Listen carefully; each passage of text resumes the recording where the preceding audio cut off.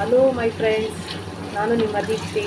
ಇವತ್ತು ಮಶ್ರೂಮ್ ಬಿರಿಯಾನಿ ತಿನ್ನಬೇಕು ಅನಿಸ್ತು, ಅದಕ್ಕೆ ಇವತ್ತು ಮಶ್ರೂಮ್ ಬಿರಿಯಾನಿ ಪ್ರಿಪೇರ್ ಮಾಡ್ತಾಯಿದ್ದೀನಿ. ಸಾರಿ, ಸ್ವಲ್ಪ ಲೇಟ್ ಆಯಿತು. ಫಸ್ಟ್ ಒಂದು ಸ್ವಲ್ಪ ಎಣ್ಣೆ ಹಾಕ್ಕೊಂಡು ಮಾಮೂಲಿ ಇದನ್ನು ಮೆಂತ್ಯ ಸೊಪ್ಪು, ಆನಿಯನ್ನು ಮತ್ತು ಟೊಮೆಟೊ ಎಲ್ಲ ಹಾಕ್ಕೋಬೇಕು. ಆಮೇಲೆ ನೋಡಿ, ಇಲ್ಲಿ ನಾನು ಮಶ್ರೂಮ್ನೆಲ್ಲ ಈ ಥರ ಕಟ್ ಮಾಡಿ ಇಟ್ಕೊಂಡಿದ್ದೀನಿ. ತುಂಬ ಸಣ್ಣದಾಗಿ ಕಟ್ ಮಾಡಿಕೊಂಡ್ರೆ ಅಷ್ಟು ಚೆನ್ನಾಗಿ ಬರೋದಿಲ್ಲ. ಅದಕ್ಕೆ ಸ್ವಲ್ಪ ಒಂದಲ್ಲಿ ತುಂಬ ದೊಡ್ಡದಿದ್ದರೆ ಒಂದಲ್ಲಿ 4 ಪೀಸ್ ಮಾಡ್ಕೊಳ್ಳಿ, ಇಲ್ಲ ಒಂದಲ್ಲಿ 2 ಪೀಸ್ ಮಾಡ್ಕೊಂಡು ಈ ಥರ ಕಟ್ ಮಾಡಿ ಇಟ್ಕೋಬೇಕು. ಈಗ ಇದೊಂದು ಸ್ವಲ್ಪ ಫ್ರೈ ಆಗಿದೆ. ಈಗ ನಾನು ಮಶ್ರೂಮ್ನ ಆ್ಯಡ್ ಮಾಡ್ತೀನಿ. ಮಶ್ರೂಮ್ ಆ್ಯಡ್ ಮಾಡಿ ಸ್ವಲ್ಪ ಚೆನ್ನಾಗಿ ಹುರ್ಕೋಬೇಕು.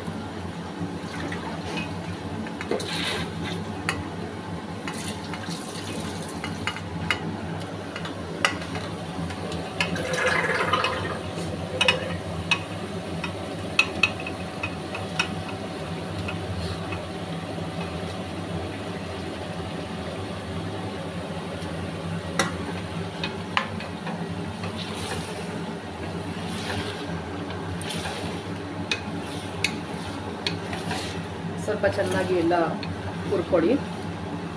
ಆಲ್ರೆಡಿ ನಾನು ಸ್ವಲ್ಪ ಸಾಲ್ಟ್ ಹಾಕಿದ್ದೀನಿ ಒಗ್ಗರಣೆಗೆ.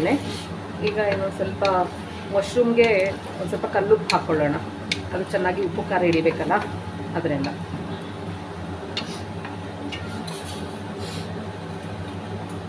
ಒಂದಿಷ್ಟು ಕಲ್ಲುಪ್ಪು ಹಾಕ್ಕೊಂಡು ಮಶ್ರೂಮ್ನ ಚೆನ್ನಾಗಿ ಹುರ್ಕೋಬೇಕು.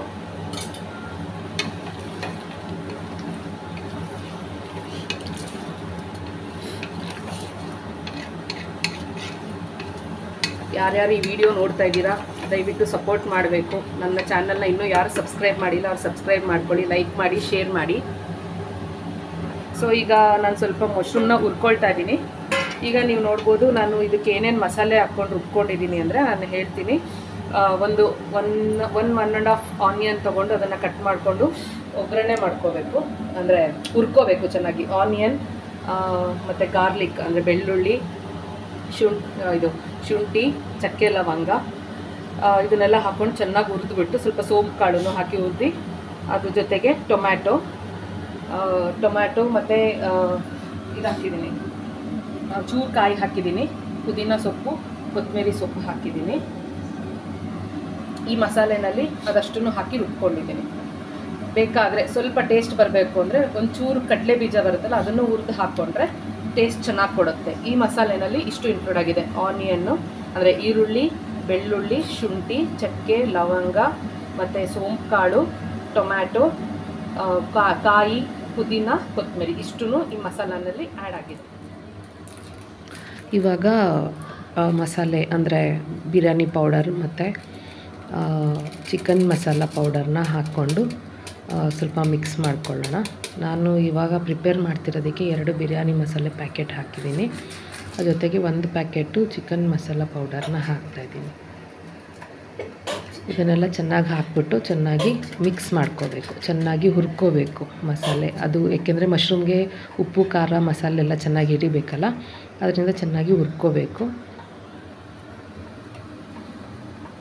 ಸೊ ಹುರ್ಕೊಂಡಾದಮೇಲೆ ಇವಾಗ ರುಬ್ಕೊಂಡಿರೋ ಅಂಥ ಮಸಾಲೆ, ನಾನು ಹೇಳಿದ್ನಲ್ಲ ಏನೇನು ಹಾಕ್ಕೊಂಡಿದ್ದೀನಿ ರುಬ್ಬೋದಕ್ಕೆ, ಅದನ್ನೆಲ್ಲ ಹಾಕ್ಕೊಂಡು ರುಬ್ಬಾದಮೇಲೆ ಅದನ್ನು ರುಬ್ಬಿರೋ ಮಸಾಲೆನ ಹಾಕಿ ಚೆನ್ನಾಗಿ ಮಿಕ್ಸ್ ಮಾಡಬೇಕು.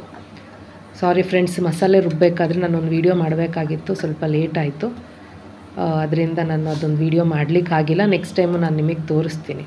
ನಿಮ್ಗೆ ಆ ಮಸಾಲೆ ಹೇಗೆ ಮಾಡೋದು ಅಂತ ನೋಡಬೇಕು ಅಂದರೆ ನಾನು ಬಿರಿಯಾನಿ ಫಸ್ಟು ಚಿಕನ್ ಬಿರಿಯಾನಿ ಮಾಡಿರೋದು ವೀಡಿಯೋನ ಟ್ಯಾಗ್ ಮಾಡ್ತೀನಿ. ಅಲ್ಲಿ ಹೋದರೆ ನಿಮಗೆ ಯಾವ ಥರ ಮಸಾಲೆಗೆ ಏನೇನು ಹಾಕ್ಕೋಬೇಕು, ಏನೆಲ್ಲ ಹಾಕಿ ರುಬ್ಕೋಬೇಕು ಅಂತ ಗೊತ್ತಾಗುತ್ತೆ. ಸೊ ಈಗ ಮಸಾಲೆ ಎಲ್ಲ ಹಾಕಿ ಮಿಕ್ಸ್ ಮಾಡಿದ್ದಾಯಿತು. ಈಗ 2 ಸ್ಪೂನ್ ಧನಿಯಾ ಪೌಡರ್ ಹಾಕ್ಕೊಳ್ತಾ ಇದ್ದೀನಿ. ಧನಿಯಾ ಪೌಡರ್ನೂ ಹಾಕಿ ಚೆನ್ನಾಗಿ ಮಿಕ್ಸ್ ಮಾಡ್ಕೋಬೇಕು. ನೀವು ನೋಡ್ಬೋದು ಅಲ್ಲಿ ಆಯಿಲೆಲ್ಲ ಮೇಲೆ ಬಂದಿದೆ, ಸೊ ಅಲ್ಲಿ ಆಲ್ರೆಡಿ ಚೆನ್ನಾಗಿ ಫ್ರೈ ಆಗಿದೆ ಅಂತ. ಸೊ ಈ ಥರ ಆಯಿಲ್ ಬಿಟ್ಕೊಳ್ಬೇಕು, ಅಲ್ಲಿವರೆಗೂ ಚೆನ್ನಾಗಿ ಮಸಾಲೆನ ಹುರಿಬೇಕು. ಮಸಾಲೆನೆಲ್ಲ ಹುರಿದಾದ್ಮೇಲೆ ನೆಕ್ಸ್ಟು ಲಾಸ್ಟಿಗೆ ಅಕ್ಕಿಯನ್ನು ಹಾಕ್ಕೊಂಡು ಅಕ್ಕಿನ ಚೆನ್ನಾಗಿ ಹುರ್ಕೋಬೇಕು. ಅಕ್ಕಿಯೆಲ್ಲ ಹಾಕಿದ್ಮೇಲೆ ಅಕ್ಕಿಗೂ ಸ್ವಲ್ಪ ಚೆನ್ನಾಗಿ ಮಸಾಲೆ ಎಲ್ಲ ಹುರಿಬೇಕು ಹಾಕ್ಕೊಂಡು. ಈ ರೀತಿಯಾಗಿ ಮಿಕ್ಸ್ ಮಾಡ್ಕೋಬೇಕು. ಸೈಡಲ್ಲಿ ಬೇಕಾದರೆ ನೀವು ಬಿಸಿನೀರನ್ನ ಸ್ವಲ್ಪ ಇಟ್ಕೊಂಡು ಅದನ್ನು ಚೆನ್ನಾಗಿ ಕುದಿಯೋವರೆಗೂ ಕಾಯಿಸಿಟ್ಕೊಳ್ಳಿ. ಸೊ ಏನಾಗುತ್ತೆ, ನಿಮಗೆ ಬೇಗ ಬಿರಿಯಾನಿ ಕುಕ್ ಆಗುತ್ತೆ. ಸೊ ಅಕ್ಕಿ ಹಾಕ್ಕೊಂಡು ಇವಾಗ ಚೆನ್ನಾಗಿ ಮಿಕ್ಸ್ ಮಾಡ್ಕೊಳ್ಳೋಣ. ಮಿಕ್ಸ್ ಎಲ್ಲ ಮಾಡಾದಮೇಲೆ ನಮಗೆ ಎಷ್ಟು ಬೇಕೋ ಅಷ್ಟು ನೀರನ್ನು ಕೂಡಿಸ್ಕೋಬೇಕು. ಫಾರ್ ಎಕ್ಸಾಂಪಲ್ ಈಗ ನೀವು 1 ಪಾವ್ ಅಕ್ಕಿ ತೊಗೊಂಡ್ರೆ 2 ಪಾವ್ ನೀರನ್ನು ಹಾಕ್ಕೋಬೇಕು.